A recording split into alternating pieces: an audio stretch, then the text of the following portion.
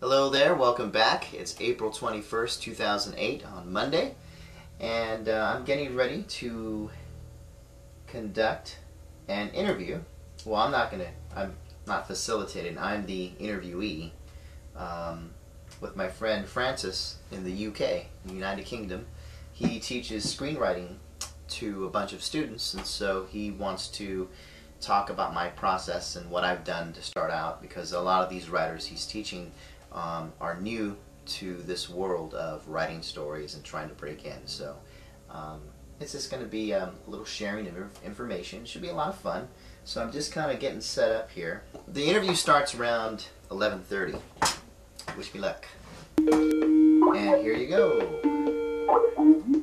Hello there. Hi, Kevin. Hey, how you doing, Francis? I'm okay. Can you hear me okay? Yes, I can.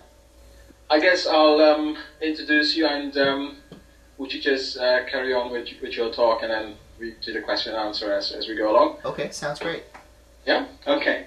I'll introduce you to my little writers group here. Last year I started a little writers group, somewhat out of frustration of reading scripts and seeing some of the mistakes that could be easily cured.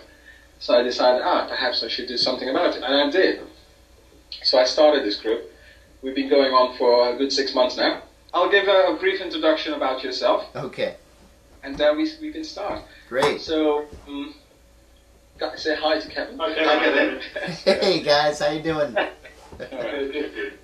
So, a little about Kevin. Kevin Lassett has been actively involved with performing arts for 20 years. He began acting in elementary school and started pursuing an acting career shortly after high school. He has acted in several national television shows, such as Midnight Caller, Nash Bridges, and America's Most Wanted. I wasn't the criminal. Wanted. Yeah, okay. I was a reenactment actor. I was the victim. I got shot in the back, so. Oh, okay. It was a fun shoot, no pun intended. So he has also appeared in a few independent films, has done voiceovers and commercials. For 10 years, Kevin worked with educational theatre, programs touring to schools around Northern California. He worked his way up the ladder to director program coordinator, where he had the opportunity to use his writing skills, updating two of the company's shows, which were Nightmare on Puberty Street. I like that. Fun with adolescents, oh yeah. And Peace Signs. He's now focusing on shaping his writing career and has written 4 screenplays and 7 picture books.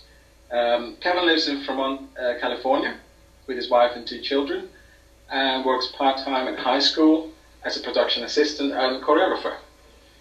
So that's Kevin in a nutshell. Okay. So I guess I'll leave it over to you now. Great. Well, I first of all, I just want to say thank you for having me, Francis, and thanks to you incredible students for just taking the time to listen to what I have to say. I basically consider myself very similar to what your journey is. I have these stories inside my mind and heart that I feel compelled to tell. Now, that's one thing. Going out and doing it, as you know now, is a totally different ball game, because you still need to make ends meet. You know, you still need to put bread on the table, pay the bills, and if you have a family, help provide for the family. So my challenge to pursue my writing, because I've always been involved with the arts, but when I wanted to shift gears and focus more on the writing aspect, my wife and I had to make a really difficult decision, and that was for me to leave my full-time directing and program coordinator job with the touring company. And it was a very secure job, you know, it had all the bells and whistles of a corporate job, but it wasn't making me happy completely. So I decided with my wife to pursue the writing and slow the madness of our lives down, and spend more time with my 2 children, work part-time, and crank out these stories that I have. And right now it's been about a little over 2 years now that I've been away from the company, and I made a lot of progress with it. But I just want to say, because Francis has told me briefly about the class and that the majority is they're beginning students. Is that correct?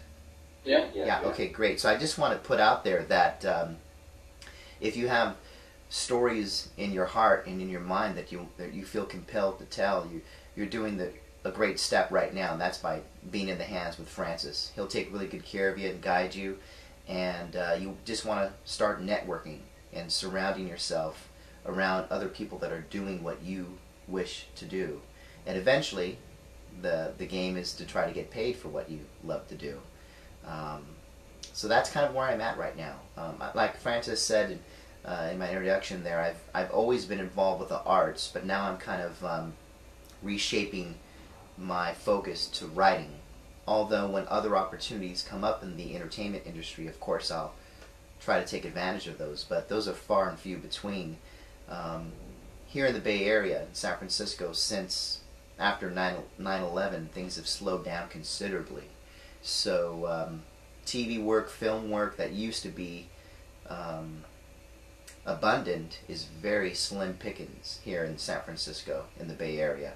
So that's why I'm working part-time at a high school with my wife.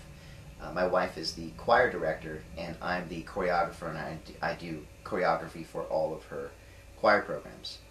So that allows me to free up my schedule in the morning to drop the kids off at school and come into my studio and write for a few hours in the morning before I have to pick my first child up at noon.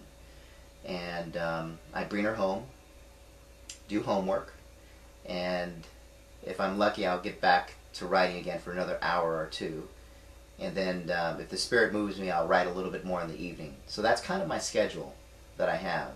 And with that schedule, I've been able to, I've written 4 screenplays. 2 of them are crap, though. I mean, I would never even dare to let Francis even read the first page of those other 2 screenplays. But the other 2 I've written since I've left the touring company, I'm pretty proud of.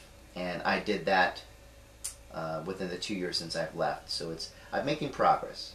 Yeah, Kevin, I was looking on I was checking your website out earlier, actually. Okay. And I saw you had that nice little house in the back. Is that like a writer's place? Yeah, well, it's a little studio I had built back in 2006. I had it built when I decided to leave my directing job, and my wife and I refinanced our home, took out some money, and built this. Well, I didn't build it, but I contracted a company called the Shed Shop to come out here and build it. And this is my private little Idaho. It's 12 by 20.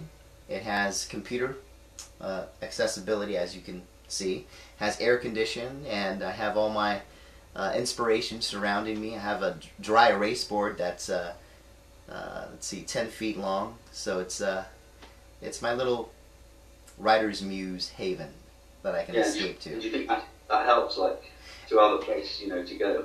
Yes, and before I did that, I don't think it's definitely not necessary to go out on a limb and create something like that. I think what's important is not important to have a studio per se, but just a little nook or cranny of the house that's yours, and surround yourself with inspiration around that area. So when it comes to rewriting, because that's the stage we're at the moment. Okay. We just finished our first draft, basically. Congratulations, guys. Yeah, thanks. How do you go about it? I mean, how many, before you send it to like a script consultant like Francis, how many rewrites do you generally do yourself before you give anyone a look? Do you finish it and then send it off, or do you yourself with it? Okay, that's a great question. What was your name? Matt. Matt. Nice to meet you, Matt. Or nice to hear you. Let's see, my process is